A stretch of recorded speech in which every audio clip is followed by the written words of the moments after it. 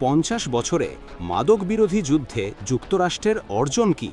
50 বছরেরও বেশি আগে 1971 সালের গ্রীষ্মে মার্কিন প্রেসিডেন্ট রিচার্ড নিক্সন মাদককে 1 নম্বর গণশত্রু ঘোষণা করে এর বিরুদ্ধে অভিযান শুরু করেন, যা পরবর্তীতে মাদক বিরোধী যুদ্ধ নামে পরিচিত হয়।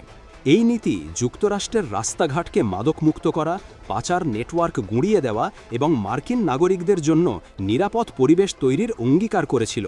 কিন্তু বাস্তবে দশকের পর দশক ধরে শাস্তিমূলক পুলিশি ব্যবস্থা ও সামরিক ধাঁচের দমনপীড়নের পরও যুক্তরাষ্ট্র রেকর্ড মাত্রায় মাদকের ওভারডোজজনিত মৃত্যু, পৃথিবীর অন্যতম সর্বোচ্চ কারাবন্দির দেশ এবং মাদক সরবরাহ বা চাহিদা কমানোর তেমন কোনো প্রভাব ছাড়াই মাদকের পেছনে $1 ট্রিলিয়ন বেশি ব্যয় করা রাষ্ট্রে পরিণত হয়েছে।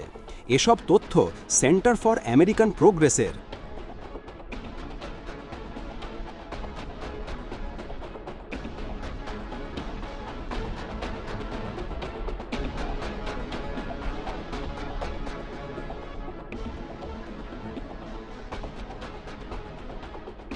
যুক্তরাষ্ট্রে তাদের মাদক বিরোধী যুদ্ধে পুলিশিং ও ফৌজদারি বিচার ব্যবস্থাকে নতুন রূপ দেয়, যেখানে কৃষ্ণাঙ্গদের অসমভাবে কারাগারে ঠেলে দেওয়া হয়।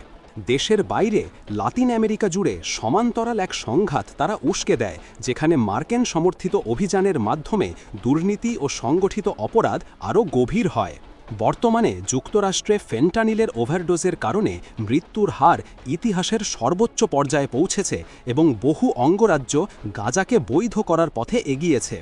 বর্তমানে ডোনাল্ড ট্রাম্পের প্রশাসন ভেনেজুয়েলার বিরুদ্ধে সামরিক ব্যবস্থা নিতে প্রস্তুতি নিয়েছে। দেশটির সরকারের বিরুদ্ধে যুক্তরাষ্ট্রে মাদক পাচারের অভিযান আনলেও এর পক্ষে কোনো প্রমাণ হাজির করেনি ওয়াশিংটন। এমন পরিস্থিতিতে আন্তর্জাতিক সংবাদ মাধ্যম আল জাজিরা খুঁজে বের করার চেষ্টা করেছে মাদক বিরোধী যুদ্ধ কিভাবে শুরু হয়েছিল এবং তা যুক্তরাষ্ট্র সহ আঞ্চলিক কী প্রভাব ফেলেছে। যেভাবে শুরু, যুক্তরাষ্ট্রের এক অস্থির রাজনৈতিক সময়ে মাদক বিরোধী যুদ্ধ শুরু করেন নিক্সন। 60-এর দশকের শেষ দিকে ভিয়েতনাম ফেরত সেনাদের মধ্যে হেরোইন ব্যবহার বৃদ্ধি পায়, তরুণীদের মধ্যে মাদকের ব্যবহার বাড়ে এবং যুদ্ধবিরোধী আন্দোলন তীব্র হয়।